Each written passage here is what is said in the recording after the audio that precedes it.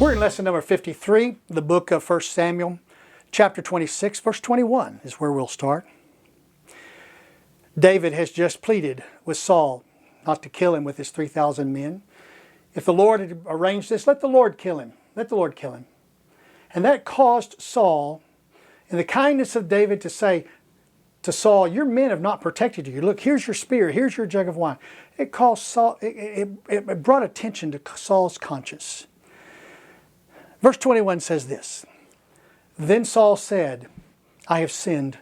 Return, my son David, for I will not harm you again, because my life was precious in your sight this day. Behold, I have played the fool and have committed a serious error.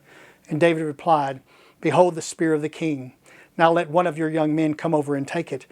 The Lord will repay each man for his righteousness and his faithfulness, for the Lord delivered you into my hand today. But I refuse to stretch out my hand against the Lord's anointed.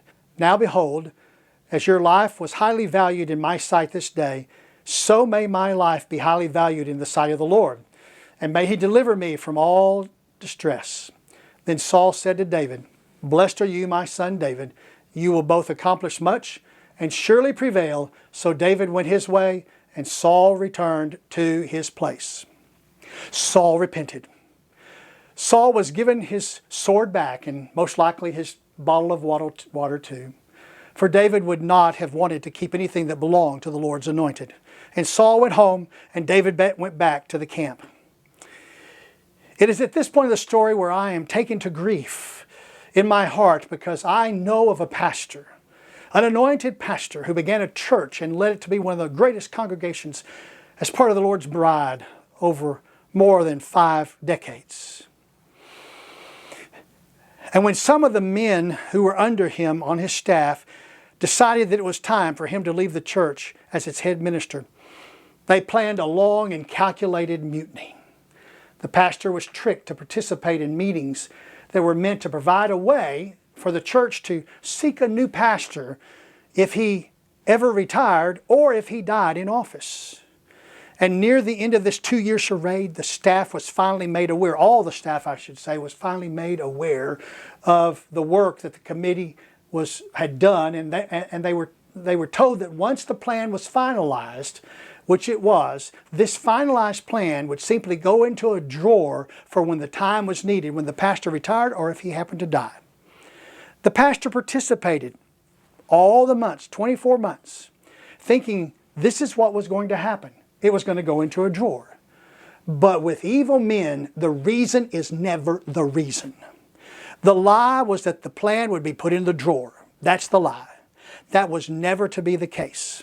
Within 7 days after the plan was completed, men went to the pastor's office and told him the day of his retirement. Now, these were laymen, sheep of the church, who had been led astray by these specific staff members under the pastor. These laymen had been manipulated to believe that it was the Lord's will that they act on behalf of the Lord and the church to end the anointed pastor's term. They did not give him a chance. Oh, he had a chance. He could have said, let's put it in the drawer and I will entreat the Lord concerning my retirement. Had they been honest with him all the way along for 2 years, he could have been entreating the Lord for 2 years, but they were not honest with him, and their intentions were not honest. It was a surprise to him when they said it to him. Had he said, let's put it in the drawer, the men would have been faced with the decision, well, do we take it to the church floor or do we not? The pastor knew that, and he could not bear that, because you see, that church had never had a foul word spoken or a word of dissension on the floor of the church in his entire time from founding the church until that day. He could not bear to have something like this come to the floor of the church, because there were those who were going to go along with terminating him, a few people, no more than 45, by the way, and there was the whole crowd who was going to be against it, and surely some foul words would be said. And in addition, I'll tell you this, it was interesting. The pastor thought that the whole staff was involved and knew the intentions from the very beginning, and they were all in unison. But they weren't. In reality, only 2 truly knew what was involved. The rest of the staff knew what the pastor knew. It was going to be stuck in a drawer. That's the lie that had been told. The pastor was terminated. When you are told your retirement date, you are not retiring. You are being terminated. The mutiny, instigated by specifically two of the pastor's top men, touched the Lord's anointed. David, Saul's top man, would not touch the Lord's anointed. We can only wait to see what the Lord and how the Lord will handle these men in eternity. And do not be ignorant in this point. The Lord will handle them for touching the Lord's anointed. The Lord would have handled David had he touched the Lord's anointed. Know that for sure. We come now to the most unfortunate chapter break in our scripture. We must look on into chapter 27 and verse 1 at least for where this story should go. This chapter break should not be here. With this unfortunate chapter break, we must continue to see the conclusion, David's conclusion to his meeting with Saul in the dark of the morning. Chapter 27, verse 1. Then David said to himself, "Now I will perish one day by the hand of Saul. There is nothing better for me than to escape into the land of the Philistines. Saul then will despair from searching for me any more in all the territory of Israel, and I will escape from his hand." When conflicts occur repeatedly in a person's life, sometimes it is just best to move on. Literally, move to a new location, to start fresh, to get away from evil. I have always known that there are places in this world where evil is personified every day against good people. There is hardly a day that we do not hear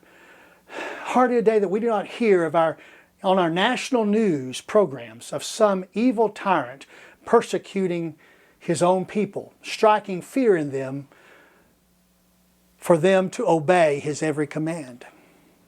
Our history books are filled with such atrocities. But it's always been a maze to me that such places exist in our own neighborhoods in the United States. At my last church, I sat safe in a neighborhood.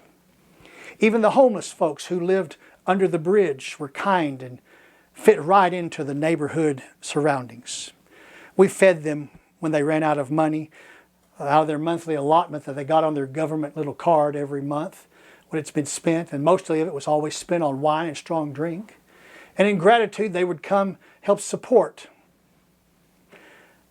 us in the disasters of the hurricanes and stuff. They would come and work along with us. And when we sorted food, they would come and help with the food drive. They would help with disaster relief, and they would help with work projects, going here and there, hauling sheetrock and plywood and nailing nails. And in gratitude, we would help them. And we always tried to influence them to get out of the totally enclosed and floored tents to keep them away from the insects at night. In fact, I would buy them these tents. I cannot tell you how many totally floored and net protected tents that whether it's rain, sleet, snow, insects or what, they would be safe in the night. They were grateful. However, just a few streets over and south was an apartment complex that was so filled with evil. Most of the people living in those apartment complexes have large government checks, not small ones like the homeless. They did not spend their money so much on wine, but rather on drugs. They were always short each month for rent. And as you might not know, drugs tend to always be associated with guns. Now, I'm not against guns. I have my share.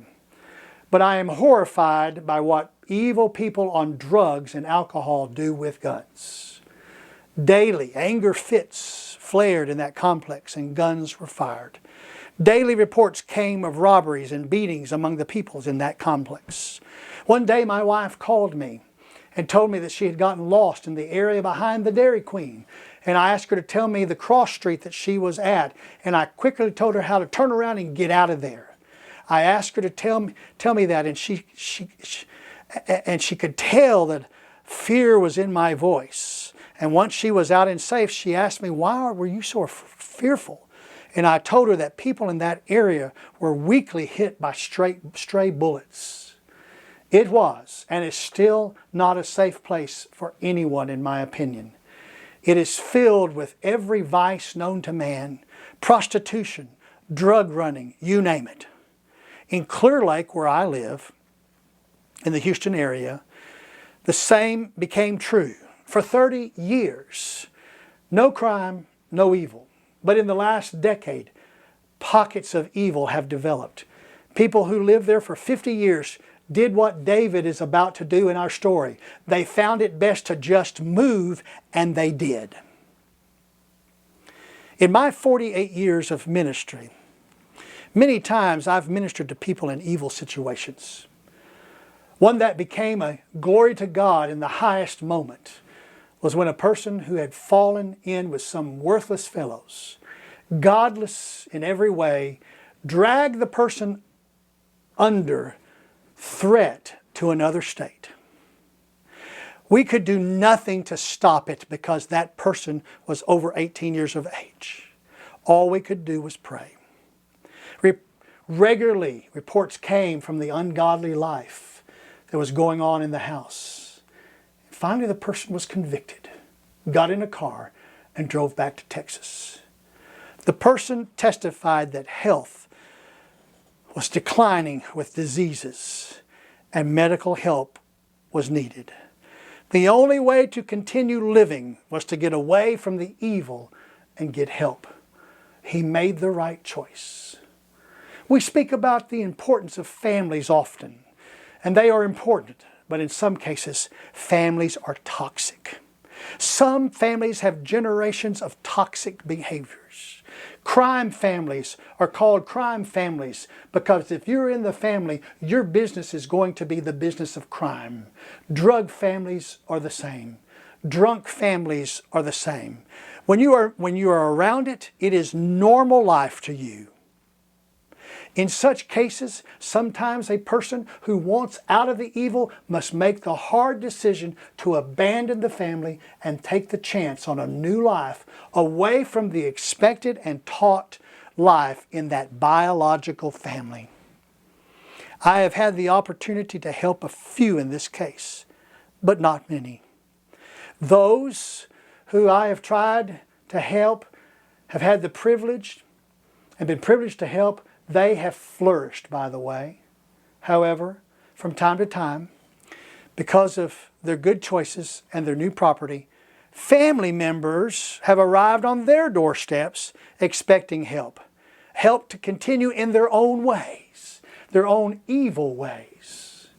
Even in David's day, he must have seen all that I have seen, and he knew that the only salvation for his life was to leave the promised land and go where the king of Israel had no jurisdiction.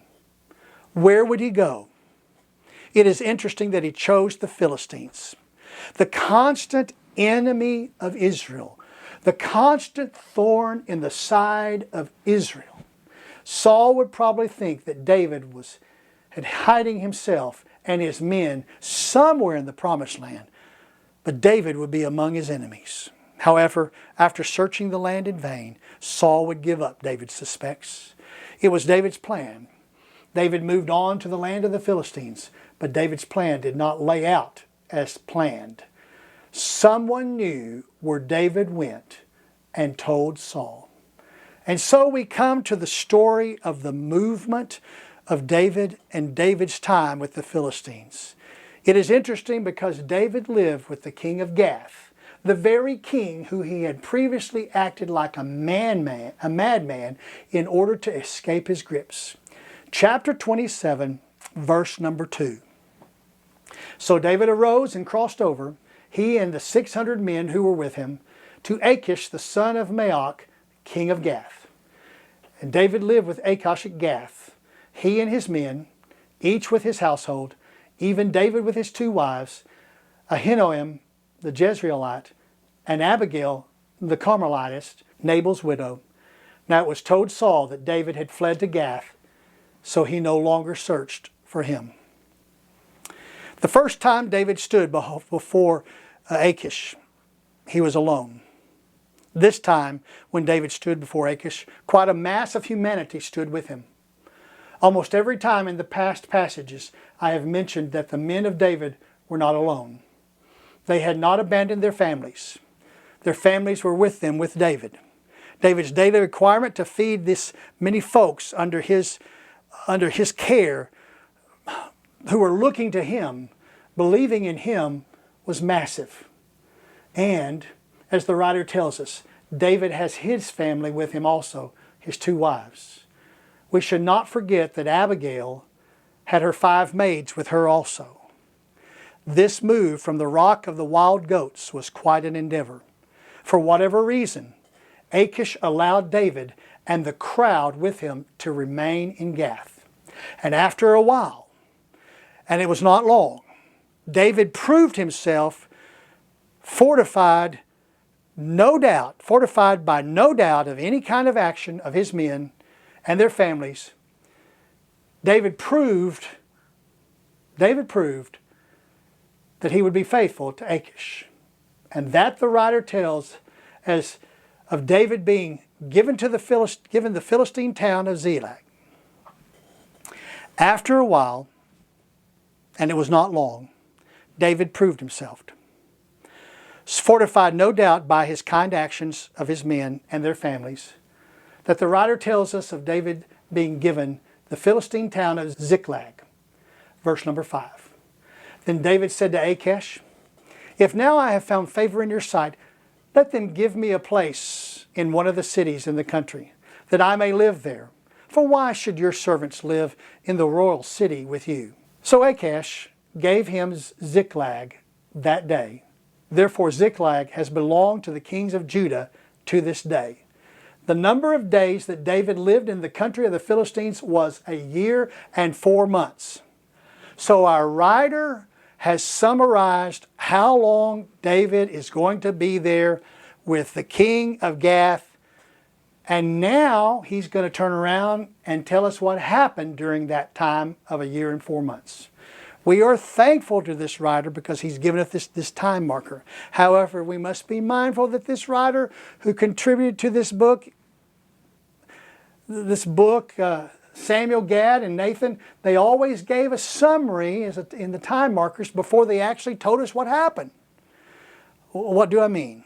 It means that the writer of this portion of the passage was writing long after the events recorded in 1 Samuel had come to an end and David was already the king of Judah. Now he's writing it all up. But at this time in the storyline that's being written down long after, David's not the king yet of Judah. He would not become the king for another 1 year and 4 months from this time, and that David stood in front of Achish for the second time. During that time, Achish gave David the Philistine town of Ziklag that was right on the border of the Philistine and Jubal tribal land. It moved the border a little bit. But at this point in the story, Ziklag belongs to David, but is still part of the Philistine property. For now, Ziklag belongs to the Philistine tribal area, although David owns the town. When David becomes the king of Judah, the town and that portion of the Philistine tribal area will become the property of the future king of Judah. With the gift of Ziklag, David and his men, with all their families, moved to Ziklag as their permanent home. After some time settling in Ziklag, a raid occurs. David kills the inhabitants from Sur to Egypt. Verse number 8. Now David and his men went up and raided the Gershites and the Girzites and the Amalekites, for they were the inhabitants of the land from ancient times, as you come to Sur, even as far as the land of Egypt. David attacked the land and did not leave a man or a woman alive, and he took away the sheep, the cattle, the donkeys, the camels, and the clothing. Then he returned and came to Achish. Why would David do this? We actually do not know, but we can speculate. While living in the walled city of Gath, David and his men and their families had the resources to feed everyone. However, Ziklag was not a walled city. It was just simply a village on the outskirts of Gath. Resources there may have been scarce, and that as the reason for the need of a raid of some communities in order to provide for the families. That scenario is most likely the reason. David raided the communities of three families, the Gershurites, the Girzites, and the Amalekites, from Sur to Egypt. Now, in previous passages, we have discussed the coming out of Egypt. There was this main road coming out of Egypt that led east to the village of Sur. And the area around Sur was called the wilderness of Sur, and the trade route was called the way of Sur, all the way from Egypt even up into the land of the Promised Land and up through the Philistine land too. All right, sadly, the village of Sur has not survived, and we do not know its location. However, the way of Sur and the wilderness of Sur have survived on that major trade route that may cross across the Philistine land, but may not have either. We're not quite sure because the roads tend to move a little bit, but we know the road. It traveled by the well-known road that goes through Gath, and they had to go through Gath, and they may have gone around Gath on that way to Sur, but on the way back with the spoils, it may have been better to stay on that well-known traveled road all the way back to Ziklag. So these families, the Gershites, the Girzites, and the Amalekites, were not in just three villages. They were in multiple villages on that trade route from Sur to Egypt. The wilderness of Sur and the way of Sur were in the land owned by Egypt, by the way, not owned by the Philistines, not owned by the Israelites.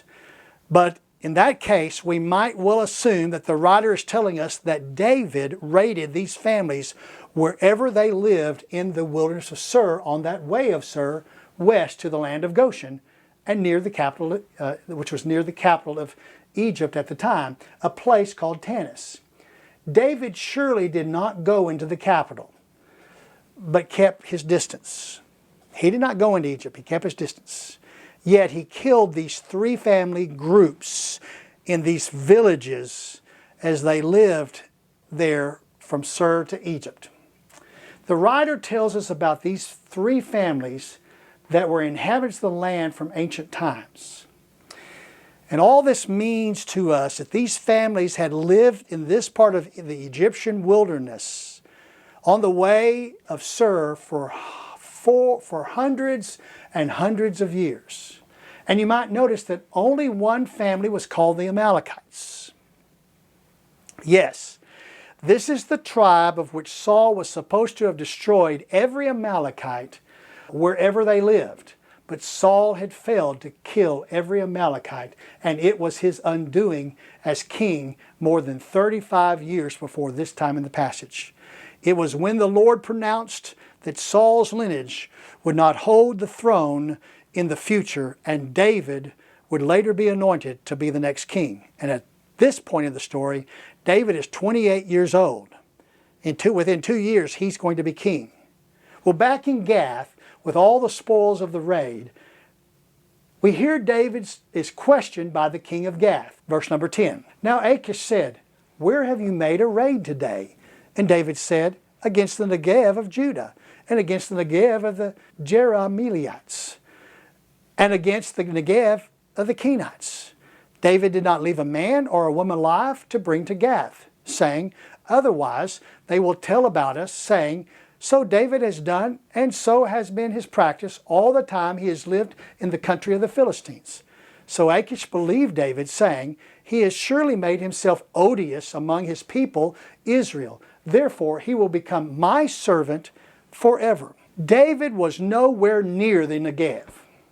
Neither was he near the people of Judah, his own tribe, the Jerahmeelites, the descendants of who were descendants of the firstborn of Herzon, the son of Perez, the son of Judah. He wasn't there. It was a tribal family of Judah living on the southern border of Judah. Nor did he attack the Kenites, who were living with and under the protection of Judah, who traced their heritage back to Moses' father-in-law, a Midianite and a little specific tribe of the Midianites called the Kenites. The writer tells us that David did not leave a soul alive to bring word to Achish to dispute his testimony about where he had come from raiding that day, because it was all a lie. Here we must admit the obvious. David lied to Achish. Folks, this was a dark period in David's life. He was on the run from Saul in fear of his life. David seemed to believe what all of Saul's men were investigating or instigating Saul's hatred on David. That's what he thought. His men were instigating Saul's hatred to David. And therefore David must have doubted his future as the king of Israel. And according to this passage, David continued to raid and kill people, taking the spoils, no doubt, to feed the men and families with him. And David continued to lie to cover up his actions and save himself from the men and his men from the wrath of Achish, the king of Gath.